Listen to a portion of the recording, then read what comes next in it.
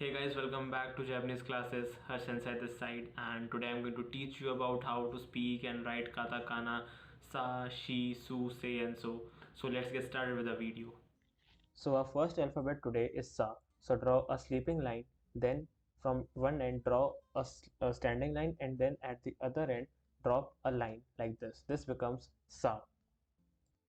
Then for she, draw two lines like this, and then draw a smiley face like this. This becomes she.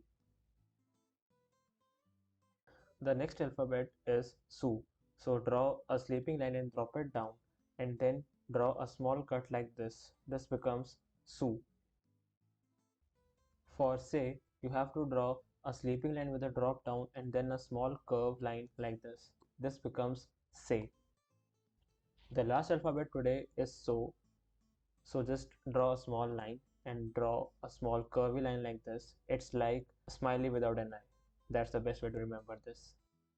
So that is it for today, guys. I hope you guys have understood what I have taught you today and you guys will practice.